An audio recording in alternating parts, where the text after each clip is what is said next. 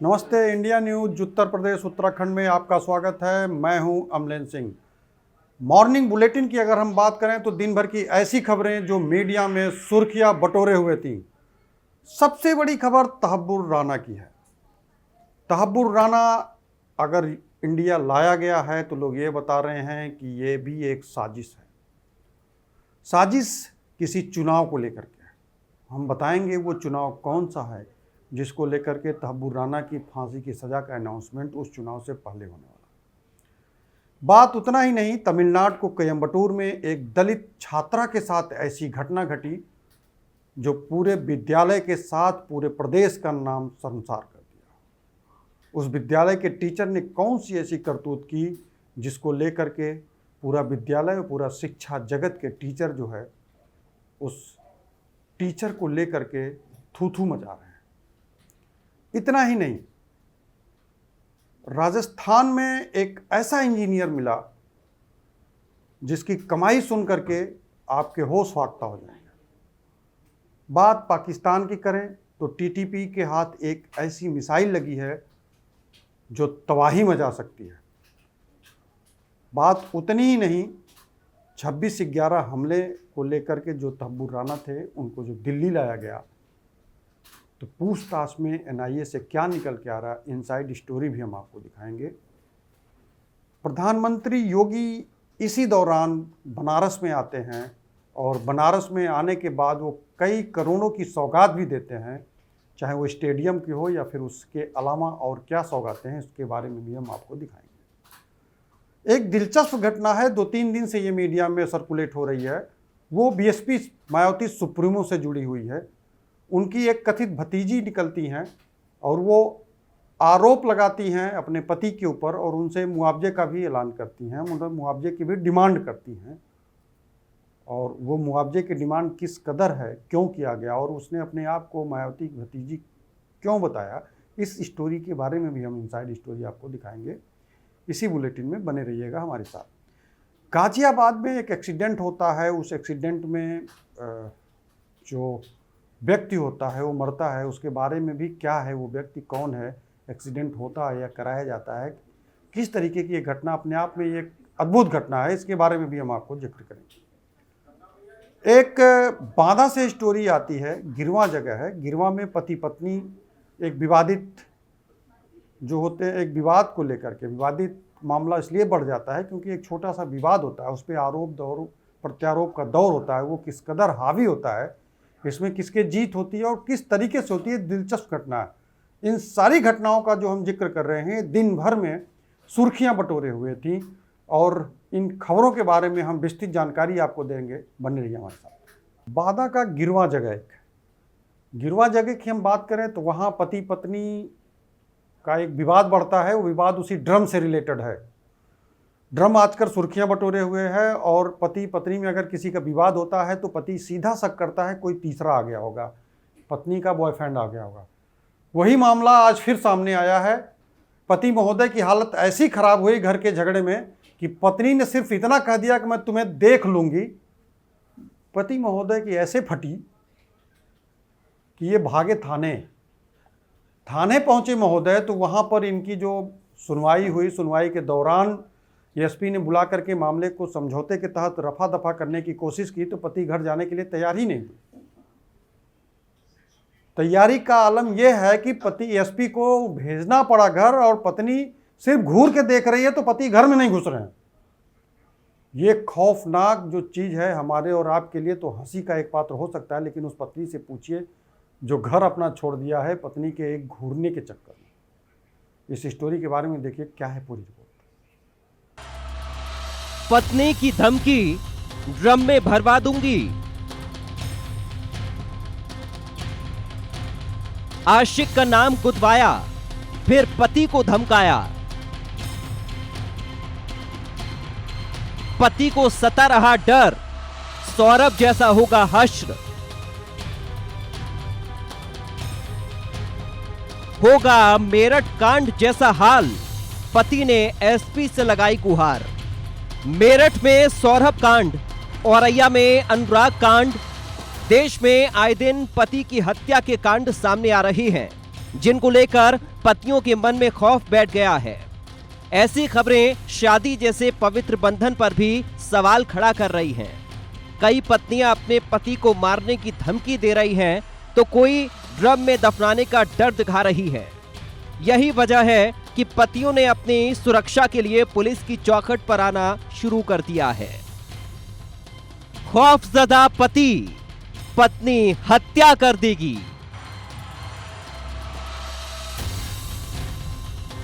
पत्नी के सिर आशिकी सवार, पति का करेंगी सौरभ जैसा हाल।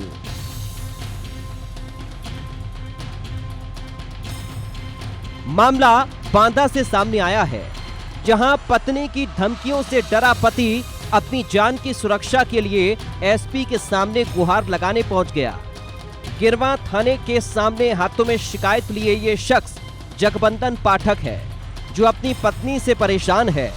उसकी धमकियों से खौफजदा है, क्योंकि इनकी पत्नी खुलेआम मेरठ जैसा कांड करने की धमकी दे रही है। 12 साल पहले जगबंदन पाठक की शादी हुई थी। उसके 2 बेटियों के अलावा एक बेटा भी है। बावजूद इसके उनकी पत्नी का 3 साल से किसी के साथ अवैध संबंध है। पत्नी को ना परिवार की चिंता है, न बच्चों की परवाह, क्योंकि उसके सिर पर तो आशिकी सवार है। उसका अफेयर औरैया के रहने वाले मोनू सिंह के साथ चल रहा है। 6 महीने पहले एक रात मोनू उसके घर में घुस आया था। उन्हें पता चला तो शोर मचाया और गांव वालों को बुला लिया। इसके बाद गांव के लोगों ने मोनू को पकड़कर पुलिस को सौंप दिया था। इतना सब होने के बाद भी उसकी पत्नी की आशिकी खत्म नहीं हुई। दोनों के बीच आशिकी का सिलसिला चलता रहा। बजाय अपने प्रेम प्रसंग को छिपाने के, पत्नी ने अपने आशिक मोनू के नाम का टैटू बनवा लिया। जब पति जगबंदन ने इस पर अपनी नाराजगी जताई, तो पत्नी ने धमकी देना शुरू कर दिया। कहा, बीच में आए तो 15 नहीं, तुम्हारे 30 टुकड़े कर दूंगी। हद तो तब हो गई जब इतना सब करके भी पत्नी का मन न भरा और वो गहने और अनाज बेचकर अपने प्रेमी को खर्च के लिए पैसे देने लगी और पति पर जमीन बेचकर पैसे देने का दबाव बनाने लगी, ताकि पत्नी अपने प्रेमी को पैसे भेज सके। यहाँ दरखास्त देने उसके साथ पुलिस अधीक्षक के यहाँ आया हूँ। औरत से परेशान हूँ। औरत जब चाहती है, जब चली जाती है अपने आशिक के पास। 6 महीने से किसी से संबंध बनाए है। 5 तोला सोना, 2 लाख रुपए, 1 किलो चांदी घर से निकाल के ले गई। अब कहती है बेच के ज़मीन मुझे पैसा दो, मैंने 15 टुकड़े ही मेरठ में हुए हैं, तुम्हारे 30 टुकड़े बनाए। मारने की, जान मार सकती है कभी भी। ये घर में न रही तो मैं घर में नहीं बैठा, क्योंकि आ जाए रात बिरात खोल दे तो मेरा जान कम हो जाए। पत्नी की इन सारी हरकतों के बाद जगबंदन परेशान हो गया। उसे अपनी हत्या का डर सताने लगा। पत्नी की धमकियां सुनकर वो खौफ में आ गया कि कहीं उसका हाल भी मेरठ के सौरभ जैसा ना हो जाए। दहशत इस कदर मन में बैठ गई कि जगबंदन की रातों की नींद ही उड़ गई। इसलिए ज्यादा वक्त ना गवाते हुए जगबंदन अपनी जान की सुरक्षा के लिए एसपी ऑफिस पहुंचा और अपनी पत्नी से जान बचाने की गुहार लगाई। हाथ में शिकायती पत्र लिए पति की प्रताड़ना की सारी कहानी सुना डाली। प्राथमिकता दिया गया, गिरवा थाना से संबंधित है। पारिवारिक इनका आपसी रंजिश चल रही है, तो उसी को देख के एसएचओ गिरवा को निर्देशित किया गया कि निष्पक्ष जांच करके जो विधिक कार्रवाई उचित बनती है उसको करें, और जो भी सच्चाई सामने आएगी उसके अनुसार ही कार्रवाई की जाएगी। पीड़ित पति की शिकायत एसपी अंकुर अग्रवाल ने दर्ज करवाई। थाना प्रभारी को जांच के आदेश देकर उचित कार्रवाई करने के निर्देश दिए। पीड़ित पति को एसपी अंकुर अग्रवाल ने न्याय और सुरक्षा का भरोसा दिया है। प्रभारी को पीड़ित की सुरक्षा सुनिश्चित करने के आदेश भी दिए हैं। प्रेमी के प्यार में पागल बीबी ने पति से बेवफाई कर डाली। पकड़े जाने पर महिला ने अपने पति को आशिक संग मिलकर काट कर ड्रम में भरने की भी धमकी दी। पति ने पुलिस को दास्तां सुनाते हुए बताया कि पत्नी कहती है कि जमीन बेच करके पैसा दो, अन्यथा प्रेमी संग मिल करके टुकड़े टुकड़े कर दूंगी। पति ने बताया कि उसकी पत्नी के औरैया जिले के एक युवक से अवैध संबंध है। उसने अपनी पत्नी को प्रेमी संग अतरंग रलियों के साथ में रंगे हाथों भी पकड़ा है। तब से पत्नी हत्या करने की भी धमकी दे रही है। वहीं इस पूरे मामले को लेकर के बांदा पुलिस अधीक्षक ने भी जांच कर कार्रवाई का आश्वासन दिया है। लिहाजा अब ये देखने वाली बात होगी कि पीड़ित पति को न्याय कब तक मिल पाता है। ऐसी घटनाएं मेरठ के चर्चित सौरभ हत्याकांड की याद ताजा कर देती हैं। वहीं ऐसे घटनाक्रम ये सवाल भी खड़े कर रहे हैं कि क्या रिश्तों में भरोसे की जगह अब धोखा और हिंसा ने ले ली है। बांदा की ये घटना दिखाती है कि प्रेमी के लिए पत्नी की आशिकी इस हद तक भी जा सकती है कि वो अपने ही सुहाग को खत्म करने से पीछे नहीं हटेगी। Bureau report, India news. Ghaziabad में एक हादसा होता है। हादसे का शिकार जो होता है वो एक्सीडेंट के दौरान मर जाता है।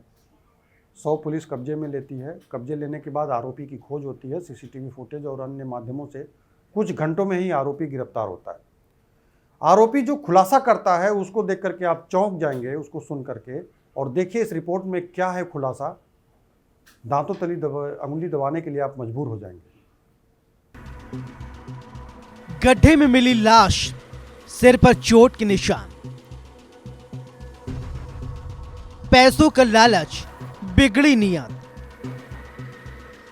युवक की हत्या, शव को गड्ढे में फेंका। हत्याकांड का खुलासा, गिरफ्तार हत्यारा। चंद पैसों की गड्डी क्या किसी इंसान की जान से भी ज्यादा कीमती हो सकती है। कुछ पैसों का लालच किसी की जान लेने पर मजबूर कर सकता है। इस वारदात के बाद कुछ ऐसे ही सवाल खड़े हो रहे हैं जहां कुछ पैसों का लालच एक शख्स को कातिल बना बैठा। मामला दिल्ली से सटे गाजियाबाद का है, जहां एक होटल के स्वीपर की नीयत कुछ पैसों पर ऐसी बिगड़ी कि उसने एक शख्स की जान लेने से पहले जरा भी नहीं सोचा। चंद पैसों के लिए एक शख्स को मौत की घाट उतार दिया। लेकिन इस पूरे मामले का खुलासा उस वक्त हुआ जब ट्रोनिका सिटी में घिटोरा मार्ग पर इंडस्ट्रियल एरिया के पीछे गड्ढों में एक लाश की जानकारी मिली। जिसने भी शव को देखा वह हर कोई सन्न रह गया। शव की हालत देखकर किसी के भी रोंगटे खड़े हो सकते थे। जानकारी मिली, मौके पर पुलिस पहुंची। शव की हालत देख पुलिस भी हैरान रह गई। पुलिस ने शव को कब्जे में लिया और पोस्टमार्टम के लिए भेज दिया। फॉरेंसिक टीम को साक्ष्य सबूत इकट्ठा करने के लिए बुलाया गया। तलाशी ली गई, लेकिन कोई दस्तावेज या मोबाइल मृतक के पास से नहीं मिला। पुलिस ने आसपास तलाश की तो कुछ भी दूर दूर तक नहीं दिखाई दिया, लेकिन एक बाइक खड़ी मिली। फिर शुरू हुआ छानबीन का सिलसिला। इसके बाद कई सवाल भी खड़े हुए। आखिर ये शख्स कौन है, कहाँ क्या है, इसकी हत्या किसने की और इस हत्या के पीछे का मकसद क्या है। पुलिस ने जांच शुरू की तो हत्या की पूरी कहानी सामने आई। सिलसिलेवार तरीके से एक एक पर्दा उठने लगा, एक एक कहानी निकल कर सामने आने लगी। महज 48 घंटे के अंदर ही पुलिस ने मृतक के कातिल को ढूंढ निकाला। शव के पास मिली बाइक के नंबर के आधार पर पुलिस ने जानकारी जुटाई तो मृतक की पहचान दिल्ली के करावल नगर के दीपक के रूप में हुई। पुलिस ने घटना की जानकारी परिजनों को दी तो अपने बेटे की मौत की खबर सुनकर परिवार में मातम छा गया। 7 अप्रैल को दीपक को होटल से चेकआउट करना था। उसने पेमेंट करते वक्त काउंटर पर पैसे देने के लिए नोटों की गड्डी निकाली और पेमेंट किया। उस वक्त होटल का स्वीपर अभिषेक वहीं पर मौजूद था। उसकी नजर दीपक के पैसों पर पड़ी और स्वीपर अभिषेक की नीयत में खोट आ गई। क्योंकि दीपक शराब के नशे में था तो ऐसे में अभिषेक ने उसका फायदा उठाया। दीपक को घर छोड़ने के बहाने मोटरसाइकिल पर ही उसे बांधकर पीछे बैठा लिया और अपने एक दोस्त रवि को बुला लिया। जिसके बाद अभिषेक और रवि ने मिलकर दीपक को ट्रोनिका सिटी इंडस्ट्रियल एरिया के पीछे ले गए। वहां गड्ढों में ले जाकर ईंट से हमला कर उसकी हत्या कर दी। इसके बाद दीपक का मोबाइल और पैसे लेकर वहां से फरार हो गए। 9/4/25 में एक डेड बॉडी मिली थी। उस डेड बॉडी को पोस्टमार्टम के लिए भेजा गया था। पोस्टमार्टम के उपरांत पता लगा कि उसकी हत्या हुई है। 9 तारीख में उसकी पहचान हो गई थी। अगले दिन 10 तारीख को उसके परिजन जिनका उनके पिता का नाम कोमल है, उनके द्वारा एक सूचना दी गई कि मेरे लड़के की हत्या हुई है और इसमें आवश्यक कार्रवाई की जाए। इसके आधार पर अभियोग पंजीकृत किया गया और उस अभियोग पंजीकृत करने के उपरांत हमारी टीम ने सतत प्रयास किया, उसमें सर्विलांस का सहारा लिया, सीसीटीवी का सहारा लिया। अंत में उन्होंने इसका खुलासा किया है, जिसमें एक होटल में जहाँ रुका हुआ था मृतक दीपक, उस होटल का एक कर्मचारी प्लस उसका एक दोस्त, इन दोनों द्वारा मिलकर के उसके साथ शराब पी गई थी और उसकी हत्या की गई। फिलहाल पुलिस ने आरोपी अभिषेक और रवि को गिरफ्तार कर लिया है और साथ ही घटना में इस्तेमाल की गई ईंट और दीपक का मोबाइल, चप्पल, टोपी भी बरामद कर ली गई है। मृतक दीपक के परिजनों की शिकायत पर आगे की कार्रवाई पुलिस कर रही है। Bureau report, India news, Uttar Pradesh, Uttarakhand. 9 अप्रैल को थाना टोनिका सिटी पुलिस को एक सूचना मिली कि एक डेड बॉडी जो है इंडस्ट्रियल एरिया के पीछे जो गड्ढे हैं गटोरा मार्ग पर, उनमें पड़ी हुई है। पुलिस घटनास्थल पर पहुंची और पुलिस ने जब देखा तो मामला संदिग्ध लगा और जिसके बाद जो है पुलिस ने जब बॉडी को पोस्टमार्टम के लिए भेजा और बाद में सूचना मिली कि ये जो मृतक है वो दीपक है। उसकी पहचान दीपक नाम से, दीपक निवासी करावल नगर हुई और उसके परिजनों के आधार पर जब मुकदमा दर्ज हुआ उसके बाद पुलिस ने जो जांच शुरू की अपने उच्च अधिकारियों के निर्देशन में, जो थाना टोनिका सिटी प्रभारी हैं उनकी वो टीम में जब उनकी जांच की तो पाया कि ये जो है हत्या हुई है और दीपक की हत्या का आज खुलासा पुलिस ने किया है। और घटना जो है 10 तारीख को मुकदमा दर्ज हुआ था और 11 को आज 24 घंटे के अंदर जो है ये खुलासा हो गया है। अच्छा काम करने के लिए जो टीम है उसके जो है कहीं ना कहीं मनोबल जो है बढ़ाने के लिए डीसीपी ग्रामीण द्वारा जो है 15,000 की घोषणा की गई है और लगातार इस तरह के अपराध जो है कहीं ना कहीं हो रहे हैं। पुलिस रोकथाम के लिए लगी रहती है परंतु फिर भी अपराधी नहीं माने। Santosh Chauhan, India news, Loni, Ghaziabad. प्रधानमंत्री नरेंद्र मोदी बनारस दौरे पे जाते हैं, वहाँ पे कई परियोजनाओं का शिलान्यास और घोषणाएं होती हैं। उस घोषणाओं में क्या है, बनारस को कितना मिला और आगे भी क्या बनारसवासी उम्मीद करते हैं, क्योंकि बनारस का जो विकास हो रहा है पीएम मोदी के संसदीय क्षेत्र होने की वजह से जिस कदर विकास हुआ है वो देखने काबिल है।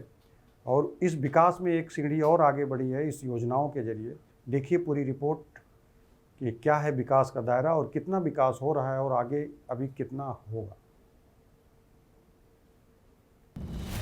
काशी में पीएम मोदी विकास परियोजनाओं की भेंट दी। सबका साथ, सबका विकास, काशी में विकास की रफ्तार। मोदी का बनारसिया अंदाज, जताया काशी का आभार। करोड़ों की सौगात, पीएम मोदी काशी के द्वार। पीएम मोदी आज जब 50वीं बार अपने संसदीय क्षेत्र वाराणसी पहुंचे तो वो काशी के रंग में रंग गए। उनके भाषण में युवा, बुजुर्ग, किसान, ज्योतिबा फूले का जिक्र था तो भोजपुरी का डोज भी फुल था। पीएम मोदी अक्सर अपने भाषण में स्थानीय भाषा बोली को जोड़ते रहते हैं, लेकिन काशी में ये कुछ स्पेशल था। उन्होंने भोजपुरी शब्दों का खूब इस्तेमाल किया। रैली में मौजूद भीड़ भी उनके भोजपुरिया स्टाइल पर खूब तालियां बजाती हुई नजर आई। भाषण के बीच बीच में पीएम मोदी ने भोजपुरी को बड़े ही शानदार तरीके से पिरोया। काशी के हमरे परिवार के लोगन के हमार प्रणाम।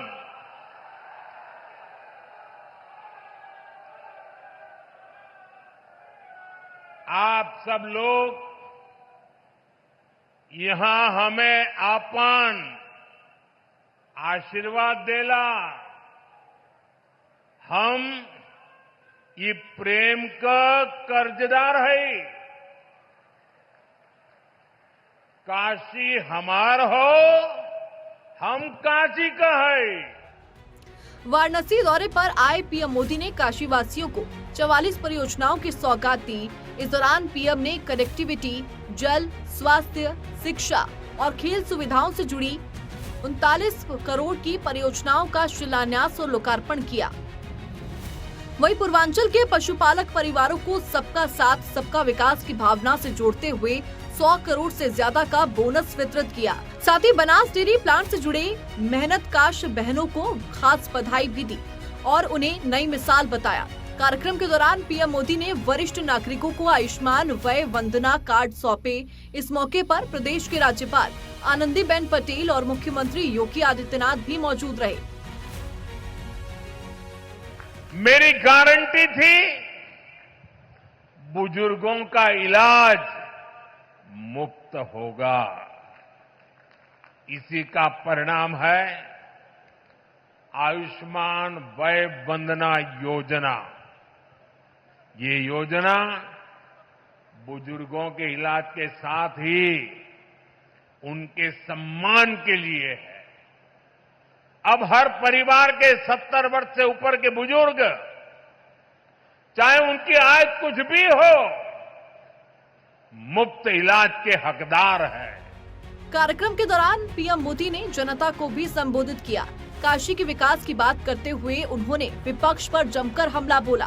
पीएम मोदी ने विपक्ष पर निशाना साधते हुए कहा कि जो लोग सत्ता पाने के लिए दिन रात खेल करते रहते हैं, उनका सिद्धांत है परिवार का साथ, परिवार का विकास।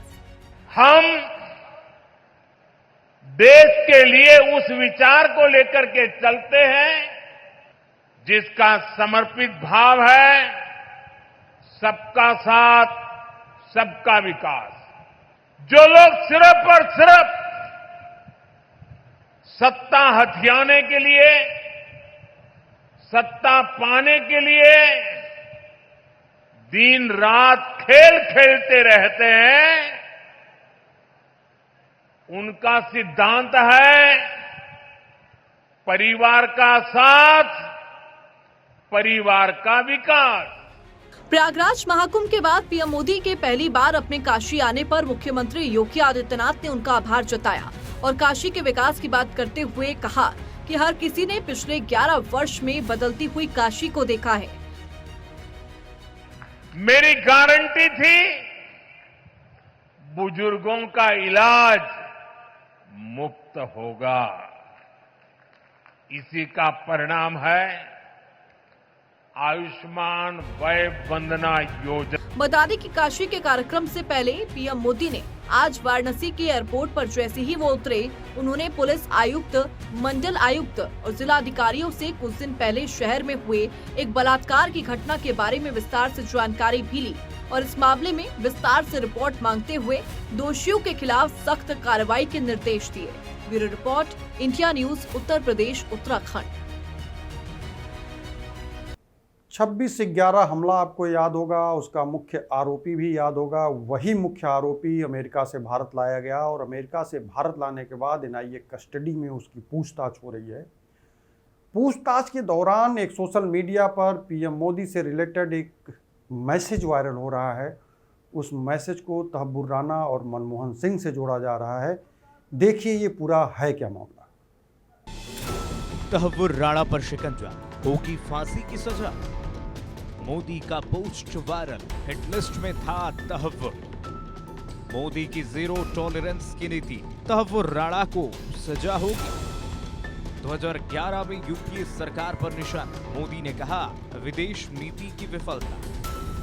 बीजेपी हमेशा कहती है और जनता के बीच इसी संदेश के साथ जाती है कि मोदी है तो मुमकिन है। जहां जनता के साथ पार्टी का पीएम मोदी पर यह विश्वास, तो वहीं पीएम मोदी भी अक्सर इस शब्दों को सिद्ध करते नजर आते हैं। आज एक बार फिर इन शब्दों को साबित कर दिया और यही वजह है कि तहव्वुर राणा को लेकर पीएम मोदी का पुराना पोस्ट और बयान वायरल हो रहा है। 26/11 आतंकी हमले के मास्टरमाइंड तहव्वुर राणा गुरुवार शाम को भारत लाए गए। कड़ी सुरक्षा के बीच एयरपोर्ट पर ही एनआईए ने राणा को गिरफ्तार किया। एयरपोर्ट पर ही उसका मेडिकल टेस्ट करवाया गया और फिर पटियाला हाउस कोर्ट में उसकी पेशी हुई और सुनवाई के बाद पटियाला हाउस कोर्ट ने तहव्वुर राणा को 18 दिनों के लिए एनआईए के रिमांड पर भेज दिया। मुंबई को दहलाने वाला तहव्वुर राणा भारत तो आ चुका है और अपने गुनाहों की सजा पाने का इंतजार कर रहा है। लेकिन इन सब के बीच पीएम मोदी का एक सोशल मीडिया पर पोस्ट जमकर वायरल हो रहा है। मोदी ने ये पोस्ट आज से 14 साल पहले 2011 में किया था। तब वो गुजरात के मुख्यमंत्री थे और इसी दौरान 2011 में अमेरिका ने राणा को मुंबई हमले में शामिल होने के आरोपों से बरी कर दिया था। इस पर तत्कालीन यूपीए सरकार की विदेश नीति की आलोचना करते हुए पीएम मोदी ने लिखा था, मुंबई हमले में तहव्वुर राणा को निर्दोष बताना भारत की संप्रभुता का अपमान है और ये एक बड़ी विदेश नीति विफलता है। तहव्वुर राणा को लेकर सिर्फ पोस्ट ही नहीं बल्कि पीएम मोदी का 2011 में दिया गया एक बयान भी इन दिनों सुर्खियां बटोर रहा है, जिसे देखकर हर कोई एक ही बात कह रहा है कि पीएम मोदी ने जो कहा था वो कर दिया। इस वीडियो के वक्त नरेंद्र मोदी गुजरात के मुख्यमंत्री ही थे। तब उन्होंने तहव्वुर राणा को शिकागो की अदालत से बरी करने के फैसले पर ऐतराज जताया था और उस समय कि मनमोहन सरकार की तीखी आलोचना और सवाल पूछे। राणा एक टेररिस्ट को मुक्त करने का फैसला हो चुका है। इस घटना ने आतंकवाद के खिलाफ लड़ने वाली हर शक्तियों के लिए, हर सरकार के लिए एक नया सवालिया निशान खड़ा किया है। किस आधार पर 26/11 के मुंबई के आतंकवादी घटना के दोषियों को निर्दोष करार करने की हिम्मत शिकागो कोर्ट करे? और मैं विश्व के सामने सवाल खड़ा करना चाहता हूं, क्या 9/11 के दोषियों का केस हिंदुस्तान की कोर्ट में चल सकता है? क्या अमेरिका इसके लिए हमें परमिशन देगा? क्या भारत की न्यायपालिका अमेरिका के 9/11 के घटना के लिए कोई निर्णय फैसला कर सकते हैं? एक बहुत बड़ा वैश्विक स्तर पर यह सवाल खड़ा हुआ है। मैं आशा करूंगा कि भारत सरकार तत्काल इस विषय में अपनी प्रतिक्रिया दे। भारत सरकार अमेरिका के खिलाफ अपनी आवाज उठाए। आतंकी तहव्वुर राणा का भारत प्रत्यर्पण देश की बड़ी कूटनीतिक जीत है। ऐसे में अब बीजेपी सरकार कांग्रेस को एक बार फिर से जमकर घेर रही है और तहव्वुर राणा को अमेरिका से भारत लाना राष्ट्रीय सुरक्षा नीति की बड़ी जीत बता रही है। तहव्वुर राणा का जो एक्सट्रेडिशन है, इसका जो प्रत्यर्पण है, ये कोई आम एक्सट्रेडिशन या आम प्रत्यर्पण नहीं है।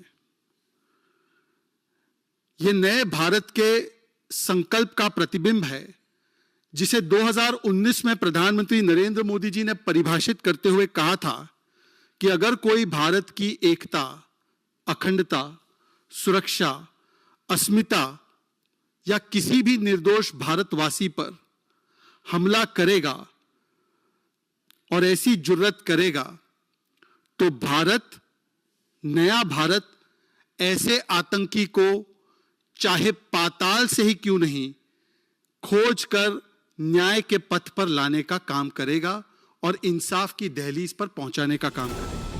16 साल की लंबी कानूनी लड़ाई के बाद जब तहव्वुर राणा को भारत लाया गया है तो देश की सुरक्षा एजेंसियों की सवालों की लिस्ट भी तैयार है। एनआईए मुंबई हमले से जुड़े तमाम पहलुओं को खंगाल रही, क्योंकि भारत का दुश्मन राणा अब भारतीय एजेंसियों के हवाले और ये भारत की बड़ी कूटनीतिक जीत है। Bureau report, India news. बात पाकिस्तान की अगर करें तो पाकिस्तान के प्रधानमंत्री जो इस समय हैं बहुत सख्ते में हैं, क्योंकि टीटीपी के हाथ एक ऐसी मिसाइल लगी है जो उन्हें सोने पे मजबूर कर रही है, उनकी नींद ही नहीं आ रही है। और ये कंडीशन हो गया है कि कब टीटीपी कहाँ हमला कर देगा और कब टीटीपी खुद उनके घर में घुस करके इस तरीके से परेशान कर सकता है। ये पूरी रिपोर्ट देखिए हमारे साथ।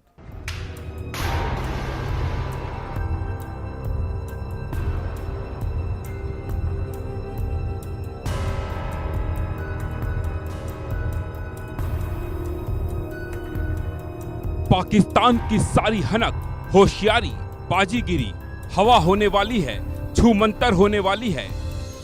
पाकिस्तान के सर्वनाश का काउंटडाउन शुरू हो चुका है। इस मुल्क की तबाही, बर्बादी फिक्स हो गई है। अब इसे बदलना मुश्किल ही नहीं, नामुमकिन है, असंभव है। पाकिस्तान चंद दिनों या फिर महीनों का मेहमान है। उसके बाद ये मुल्क नेस्तनाबूद हो जाएगा, मिट्टी में मिल जाएगा, एक धमाके में फना हो जाएगा। क्योंकि इस मुल्क पर होने वाला है परमाणु प्रहार और इस प्रहार को अंजाम देंगे टीटीपी के लड़ाके, जो इस वक्त पाकिस्तान के दुश्मन नंबर 1 बने बैठे हैं। टीटीपी ने पिछले कई महीने से शहबाज सरकार की नींद उड़ा रखी है, नाक में दम कर रखा है, पाकिस्तान को दहला रखा है, पाक फौज की गर्दन मरोड़ रखी है। टीटीपी पाकिस्तान पर कब्जा कर शरिया कानून लागू करना चाहता है और वो इसके लिए कुछ भी कर गुजरने को तैयार है, किसी भी हद तक जाने को तैयार है। अपने इसी मंसूबे को पूरा करने के लिए अब टीटीपी के निशाने पर है पाकिस्तान के परमाणु बम, जिस पर टीटीपी कब्जा करना चाहता है ताकि इनकी मदद से पाकिस्तान को घुटने पर ला सके, उसकी हस्ती मिटा सके। इसका खुलासा कुछ टीटीपी लड़ाकों की गिरफ्तारी के बाद हुआ है। इनकी गिरफ्तारी ऐसी जगह से हुई है जहां पाकिस्तान अपने परमाणु हथियार रखता है। पाकिस्तान की खुफिया एजेंसियों ने कुछ दिन पहले हमले की एक साजिश को नाकाम किया था। ये हमला कराची की रणनीतिक रूप से बेहद अहम मसरूर एयरबेस पर होना था। हमले की साजिश तहरीक तालिबान पाकिस्तान ने रची थी। 9 बेहद खतरनाक लड़ाकों को प्लान को अंजाम देना था। इसमें 5 अफगानी थे। इस एयरबेस पर पाकिस्तानी वायुसेना ने परमाणु बमों का गोदाम बना रखा है।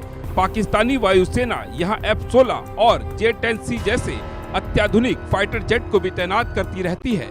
यूं तो पाकिस्तान के पास करीब 200 न्यूक्लियर बम हैं, उसमें लो इल्ड के भी हैं। जैसे पाकिस्तान के एक मिनिस्टर कहा करते थे कि हमारे पास पाव भर के भी बम हैं।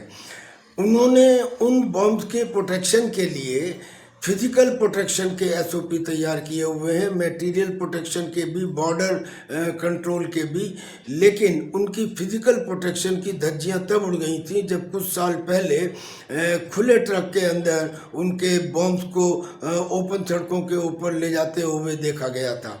तहरीक तालिबान पाकिस्तान के डर से पाकिस्तान के सिपाही और पुलिस के सिपाही खैबर पख्तूनख्वा में घुसने से भी डर रहे हैं और पाकिस्तान की फ़ौज के हजारों सिपाही फ़ौज छोड़ के दूसरे देशों में चले गए हैं। ऐसे समय में इस संभावना से तो इनकार नहीं किया जा सकता कि टीटीपी के हाथ शायद कुछ लो इल्ड के बम लग सकते हैं, लेकिन टीटीपी के पास अभी उन्हें लॉन्च करने के लिए जो कैरियर व्हीकल्स हैं, जो बैलिस्टिक मिसाइल हैं, जो क्रूज मिसाइल हैं, वो नहीं है। गिरफ्तार टीटीपी लड़ाके अफगानिस्तान से हाल ही में घुसपैठ कर पाकिस्तान पहुंचे थे। इनका इरादा कराची एयरबेस पर हमला करके उस पर कब्जा करना, वहां मौजूद फाइटर जेट और आधारभूत ढांचे को तबाह करना था। टीटीपी लड़ाके एयरबेस पर लंबे समय तक टिकने का प्लान बना रहे थे। इनका इरादा ज्यादा से ज्यादा नुकसान पहुंचाने का और मरते दम तक लड़ाई जारी रखने का था। बताया जा रहा है टीटीपी के इस हमले की साजिश करीब 13 महीने से अफगानिस्तान में रची जा रही थी। टीटीपी लड़ाकों ने एयरबेस के पास ही घर ले रखा था। टीटीपी ने पूरे एयरबेस की रेकी भी की थी। जब टीटीपी लड़ाके हमले को अंजाम देने वाले थे, पाकिस्तानी खुफिया एजेंसियों ने इन्हें अरेस्ट कर लिया। इनकी मदद करने वाले कई और लोगों को भी देश के अन्य हिस्सों से अरेस्ट किया गया है। पाकिस्तान ने फिलहाल तो अपने एयरबेस और परमाणु हथियारों को बचा लिया, लेकिन उसके लिए एक और टेंशन वाली खबर है। टीटीपी ने एक ड्रोन हमले का वीडियो जारी किया है। वीडियो में वो एक पाकिस्तानी चौकी पर हमला करते दिखाई दे रहे हैं, जिसके बाद सवाल उठने लगे हैं, क्या टीटीपी के हाथ ड्रोन हथियार लग चुके हैं? क्या पाकिस्तान पर अब टीटीपी ड्रोन से हमला करेगा?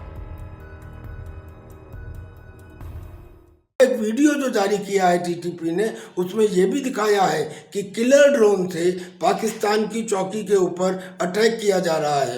यानी कि ये ड्रोन जहां पे जिस पोस्ट पे जाएगा या जिस इंस्टॉलेशन पे जाएगा उसको तबाह कर देगा। ये पाकिस्तान के लिए भी एक बड़ा खतरा है और ये हिंदुस्तान के लिए भी एक बड़ा खतरा है, क्योंकि Pakistan as it is drone भेजता रहता है हिंदुस्तान में लीफलेट के साथ और ड्रग के साथ। अगर ये किलर ड्रोन भी आएंगे तो ये हिंदुस्तान की सिक्योरिटी के लिए भी एक खतरा है, पाकिस्तान के लिए तो है ही। टीटीपी की तरफ से पाकिस्तान के लिए लगातार बुरी खबर आ रही है। पहले टीटीपी ने दिखाया था उसके हाथ अमेरिका का एंटी टैंक जेवलिन मिसाइल लग चुका है, उसके बाद अब ड्रोन। ऐसे में ये कहना गलत नहीं होगा, पाकिस्तान के ऊपर टीटीपी कभी भी बारूदी बारिश कर सकता है, और अगर ऐसा होता है तो पाकिस्तान का खात्मा पक्का है। Bureau report, India news.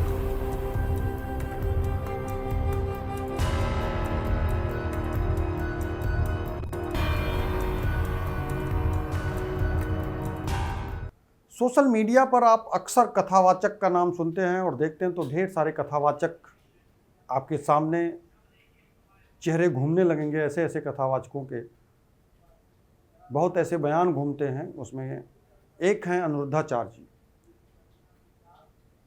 इनके अजीबोगरीब बयान आते हैं। इनके बयान हमेशा विवाद में भी होते हैं।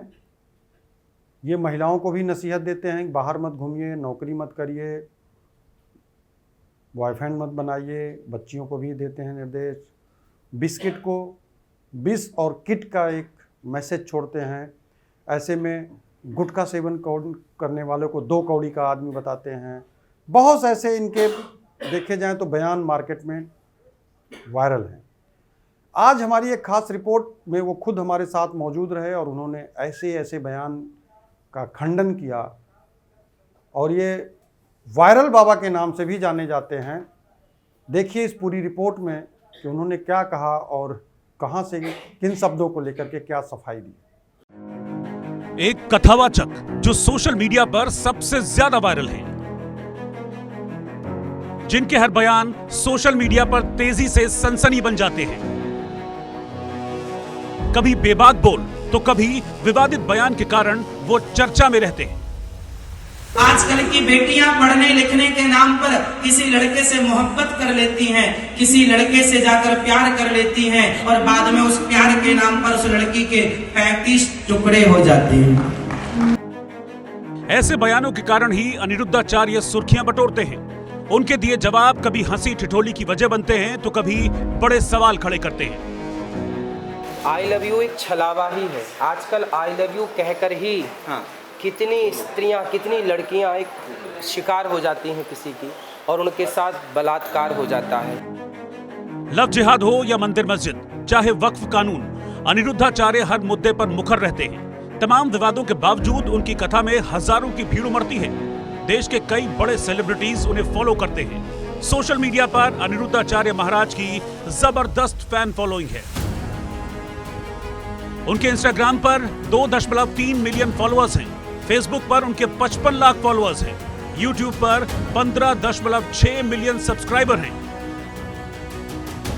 ये आंकड़े बयां कर रहे हैं कि अनिरुद्धाचार्य महाराज का सोशल मीडिया पर कितना क्रेज है। इसकी एक वजह उनके सामाजिक कार्य भी हैं। अनिरुद्धाचार्य महाराज ने गौरी गोपाल आश्रम की स्थापना की है। इस आश्रम में वृद्धाश्रम, गौशाला और शिक्षा की व्यवस्था है। उन्होंने अन्नपूर्णा रसोई की स्थापना की है। ये एक सामुदायिक पहल है जहां रोजाना कई लोगों को भोजन दिया जाता है। अनिरुद्धाचार्य महाराज मोस्ट पॉपुलर हस्तियों में से एक हैं। अपने विचारों से वो युवाओं के बीच खूब छाए रहते हैं। आज के जमाने में सोशल मीडिया पर महाराज खूब ट्रेंड करते हैं। आए दिन उनके कई वीडियोस और मीम्स वायरल होते रहते हैं। लेकिन उनके बयान विवाद की वजह क्यों बन जाते हैं? क्या वो सुर्खियों में बने रहना चाहते हैं? आज हर सवाल का जवाब इंडिया न्यूज पर खुद अनिरुद्धाचार्य महाराज देंगे। तमिलनाडु को कोयम्बटूर की बात करें तो एक दलित छात्रा के साथ जो हुआ वो बहुत ही शर्मसार था। शर्मसार हम इसलिए कह रहे हैं क्योंकि एक बच्ची को पीरियड आता है, पीरियड के दौरान उसको परीक्षा में बैठने नहीं दिया जाता है, उसको क्लास से बाहर सीढ़ी पे बैठा दिया जाता है। उसका एक प्राथमिक उपचार जो होता है विद्यालय में मौजूद होने चाहिए, उसको भी दरकिनार कर दिया जाता है। उसको कोई सुविधा नहीं दी जाती, वो तड़पती रहती है। 3 घंटे वो परीक्षा का कैसे निकालती है वो खुद जानती होगी, क्योंकि ये जो परीक्षा है उतना कठिन था उसके पेट दर्द से लेकर के। आनन फानन में जब मैसेज वायरल होता है सोशल मीडिया पे, इस तरीके की चीज़ें जब वायरल घूमती हैं तो टीचर के खिलाफ, प्रधानाचार्य के खिलाफ एक जांच बैठता है, उनसे रिपोर्ट मांगी जाती है। देखिए ये पूरा रिपोर्ट क्या है। शर्मनाक, बेहद शर्मनाक। सभ्य समाज की कटी नाक। स्कूल में छात्रा को मासिक धर्म। महिला भूली गुरु का धर्म, अधर्म। सभ्य समाज को झकझोर देने वाली ये तस्वीरें तमिलनाडु के कोयम्बटूर की हैं, जहां 8वीं क्लास में पढ़ने वाली एक दलित बच्ची के साथ शिक्षा के मंदिर में अधर्म हुआ क्योंकि उसे मासिक धर्म आया था। जरा फिर से इन तस्वीरों को देखिए। क्लास की चौखट पर बैठी ये बच्ची परीक्षा दे रही है। इसे ये सजा इसलिए दी गई क्योंकि इस बच्ची को परीक्षा के दौरान पीरियड्स आ गए, तो महिला प्रिंसिपल ने इसे क्लास के बाहर भेज दिया, जहां वो सीढ़ियों पर बैठकर एग्जाम देती रही। अपने आप को सभ्य कहने वाले समाज पर ये तस्वीरें करारा तमाचा हैं। बच्ची को पीरियड्स ही तो आए थे, कोई पाप तो नहीं किया था उसने। लेकिन महिला प्रिंसिपल ने मासिक धर्म के नाम पर बच्ची के साथ जो अधर्म किया, जो सलूक किया, ये बच्ची अब उसे शायद ही भूल पाए। बहुत ही शर्मनाक है। मुझे लगता है इससे शर्मनाक कुछ नहीं हो सकता कि एक ऐसे इंस्टीट्यूशन में, जहाँ स्कूल में, जहाँ बच्चों को पढ़ाने की बात करते हैं, बच्चों को बढ़ाने की बात करते हैं, वहाँ पर पीरियड्स जो कि एक नेचुरल फिनोमिना है और इतने सारी अवेयरनेस है इसके अराउंड, और उसके बाद भी एक टीचर अगर ऐसा करते हैं तो वो टीचर नहीं है, वो किसी भी लायक टीचर नहीं हो सकते। मुझे लगता है इस पर कड़ी कार्रवाई होनी चाहिए उन पर, और एक तरह का एक डायलॉग शुरू होना चाहिए कि ये रियलिटी है हमारे देश की कि आज भी पीरियड्स को टैबू माना जाता है और किस तरह से हमारी बच्चियां डिस्करेज की जाती हैं पढ़ाई करने से। और ये तो एक जुल्म है एक तरह से। मुझे लगता है हम कौन सी सदी की बात कर रहे हैं, ऐसे लगता है कि हम 100 साल पुरानी बात करें। ये पूरा मामला कोयम्बटूर के Swami Chidanand matric higher secondary school का है, जहां 8वीं क्लास में पढ़ने वाली छात्रा परीक्षा दे रही थी। इस दौरान उसे मासिक धर्म हुआ और उसे क्लास से बाहर का रास्ता दिखा दिया गया। जब इस पूरे मामले का वीडियो वायरल हुआ तो जांच के आदेश दे दिए गए। स्कूल के प्रिंसिपल को सस्पेंड कर दिया गया। रिपोर्ट के मुताबिक 5 अप्रैल को परीक्षा के दौरान बच्ची को पीरियड शुरू हो गए थे। इसके बाद हेड मिस्ट्रेस ने उसे क्लास के बाहर बैठकर एग्जाम देने को मजबूर किया। वीडियो में देखा जा सकता है कि बच्ची एक महिला से बात करती हुई सुनाई देती है। माना जा रहा है कि महिला बच्ची की मां होगी। इन दोनों के बीच क्या बातचीत हो रही है ये हिंदी भाषियों को शायद समझ में ना आए, लेकिन जो स्थिति है उससे ये तो समझा जा सकता है कि पीरियड्स आने पर छात्रा को क्लास से बाहर निकाल देना उसके लिए एक बड़ा सदमा है। बेटी बचाओ बेटी पढ़ाओ के नारे देश भर में दिए जाते हैं, लेकिन जहां पर सिर्फ मासिक धर्म आने पर किसी लड़की को क्लास से बाहर निकाल दिया जाए, वहां सोच लीजिए लड़के और लड़कियों में भेदभाव का क्या स्तर रहा होगा। Bureau report, India news. बात राजस्थान की करें तो एक ऐसे इंजीनियर साहब हैं, उनकी संपत्ति जो है वो इस कदर कमाई का आंकड़ा बढ़ाती है कि 200 गुना से ज़्यादा होती है। लग्जरी गाड़ियों का काफिला, मकानों का काफिला, फ्लैट का एक जो है रजिस्ट्रेशन की कॉपियाँ देखी जाएं तो वो भी एक बंडल की तरह है। इन सारी कमाई का राज क्या है देखिए इस रिपोर्ट में। राजस्थान में भ्रष्टाचार पर बड़ी नकेल। सरकारी इंजीनियर की दौलत से सब हैरान। जयपुर में 3 फ्लैट, फार्म हाउस और लग्जरी कारें। राजस्थान में भ्रष्टाचार के खिलाफ जारी मुहिम के तहत एसीबी यानी एंटी करप्शन ब्यूरो ने पीडब्ल्यूडी के अधिशासी अभियंता हरिप्रसाद मीणा के खिलाफ आय से अधिक संपत्ति के मामले में बड़ी कार्रवाई की। इस कार्रवाई में अभियंता की अवैध कमाई ने सभी को चौंका दिया। सवाल है कि एक इंजीनियर की जितनी आमदनी नहीं, उससे कहीं ज्यादा दौलत कैसे और क्यों? इसी आशंका को लेकर एसीबी की टीमों ने अभियंता के 5 ठिकानों पर एक साथ दबिश दी, जहां से करोड़ों रुपए की लग्जरी कारें, बेशकीमती संपत्तियां और महंगी चीजें बरामद हुई।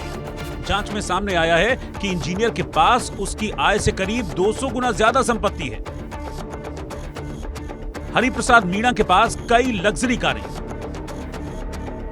कार्रवाई के दौरान एसीबी ने इंजीनियर के पास से 2 ऑडी कार, एक स्कॉर्पियो, एक फोर्ड एंडेवर और एक रॉयल एनफील्ड बाइक जब्त की है, जिनकी कुल अनुमानित कीमत करीब 2 करोड़ रुपए बताई जा रही है। इसके अलावा इंजीनियर द्वारा की गई कई विदेशी यात्राओं और महंगे होटलों में ठहरने का रिकॉर्ड भी सामने आ गया है, जिन पर करीब 45 लाख रुपए खर्च किए गए। एसीबी ने जिन 5 ठिकानों पर दबिश दी, उनमें unique emporia Jaipur, unique new town Jaipur, गांव बागड़ी का फार्म हाउस, जयपुर का अधिशासी अभियंता कार्यालय और जयपुर की फ्रेंड्स कॉलोनी में एक किराए का मकान है। जयपुर में 3 फ्लैट और दौसा में फार्म हाउस। जांच में यह भी सामने आया है कि इंजीनियर के पास राजधानी जयपुर में यूनिक एम्पोरिया और यूनिक न्यू टाउन अपार्टमेंट में 3 महंगे फ्लैट हैं, जिनकी अनुमानित कीमत करीब 1 करोड़ 5 लाख रुपए है। वहीं दौसा जिले के लालसोट तहसील के गांव बागड़ी में एक आलीशान फार्म हाउस भी इंजीनियर के नाम है। इसके अलावा इंजीनियर और उसके परिवार के 19 बैंक खातों का पता चला है, जिनमें करोड़ों का लेन देन सामने आया है। चौंकाने वाली बात यह है कि अभियंता ने जिन संपत्तियों और वाहनों की खरीद के लिए बैंक से कर्जा लिया था, उन्हें बहुत कम समय में चुका दिया गया। आय से अधिक संपत्ति के मामले में हरिप्रसाद मीणा बुरी तरह से घिर चुका है। एसीबी ने इस ऑपरेशन का कोड नेम ऑडी रखा था और एएसपी भूपेंद्र के नेतृत्व में एसीबी ने छापेमारी को अंजाम दिया। वैध आय से 200% ज्यादा संपत्ति के कारण इंजीनियर भ्रष्टाचार के मामले में पूरी तरह से घिर चुका है। Bureau report, India news. आज के लिए इतना ही। मॉर्निंग बुलेटिन में सुर्खियां बटोरी रही, जितनी खबरें हम आपके सामने रखें। फिर हम आपके सामने जल्द ही कुछ घंटों में हाजिर होंगे, दिन भर की सुर्खियों के साथ, जो हमारे प्लेटफॉर्म पे अलग अलग रिपोर्टर्स, अलग अलग एंकर्स के जरिए आप तक मौजूद रहेंगी। बने रहिए हमारे साथ और हमें इजाज़त दीजिए। फिलहाल अभी नमस्कार।